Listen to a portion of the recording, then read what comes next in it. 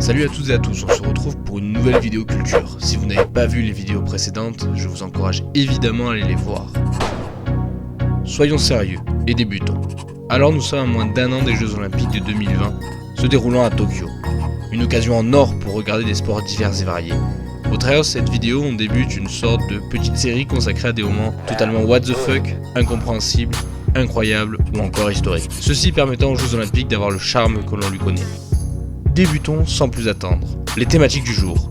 Putain c'est long. Mauvais perdant. Championne olympique sans le savoir. Possible? Putain c'est long. Vous devez vous dire que j'exagère. Mais en rien. Revenons en 1912. Aux Jeux Olympiques se déroulant à Stockholm. Une demi-finale hors norme et malheureusement trop tombée dans l'oubli. Martin Klein, un lutteur estonien qui avait décidé de concourir sous la bannière russe, est alors opposé au Finlandais Alfred Asikainen, le champion du monde en titre de l'époque dans la catégorie des moins de 75 kg. Leur combat a duré 1 heure, non. 3 heures, non. 6 heures, oh que non. Il a duré 11 heures et 40 minutes.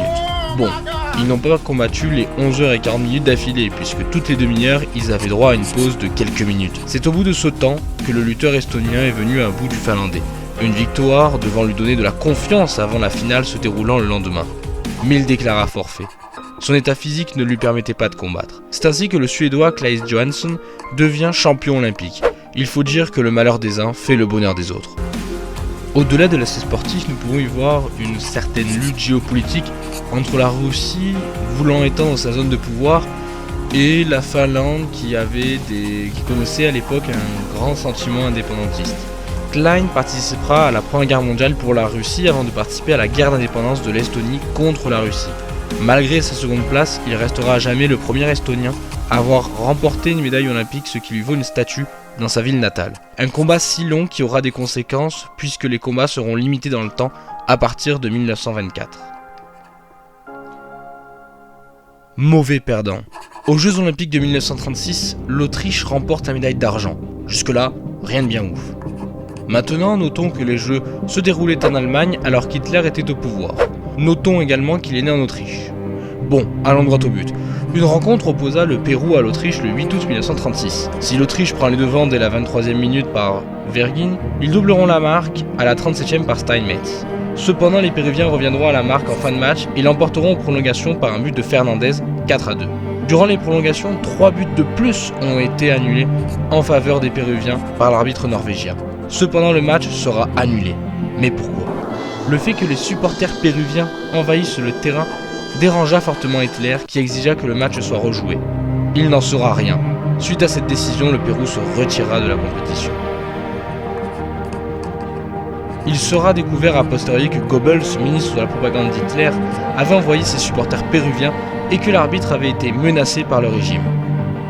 Les joueurs péruviens à leur retour furent reçus en héros et un pic de la Cordillère Blanche se dénomme la Pointe Olympique en référence à cette victoire péruvienne. Avoir remporté une épreuve olympique et ne jamais le savoir.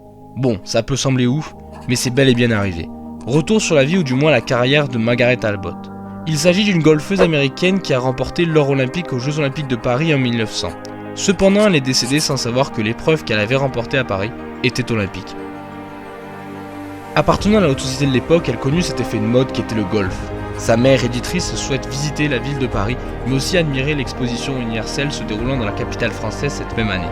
En parallèle de l'exposition se déroulent les Jeux Olympiques, qui évidemment ne disposaient pas de la visibilité qu'ils disposent de nos jours. C'est en lisant le journal que Margaret Abbott trouve une référence à un tournoi de golf ouvert aux femmes. Elle s'acquitte des frais de participation de 10 francs et concourt. Elle remporte la compétition et remporta un bol en porcelaine de Saxe. Elle devient alors championne olympique, et la 3e championne olympique de l'histoire. Elle déclara que sa victoire fut simple, car les Françaises ne semblaient pas savoir ce qu'était le golf. À sa mort, elle ignore son statut de première américaine championne olympique, et c'est l'historienne du sport, Paola Vetch, qui prouve son statut. C'est ici que se termine notre vidéo concernant les 3 premiers moments what the fuck que nous avons vus. Donc normalement il y aura une suite dans le but de préparer l'arrivée des Jeux Olympiques de Tokyo en 2020, mais aussi tout en ayant en tête les Jeux Olympiques que nous allons accueillir en 2024 à Paris, mais aussi à Marseille, notamment pour les épreuves de voile, etc. Et donc du coup l'idée c'est de mettre en avant les Jeux Olympiques qui sont des moments clés, on va dire, dans le monde du sport, non pas à l'échelle nationale mais tout simplement à l'échelle planétaire.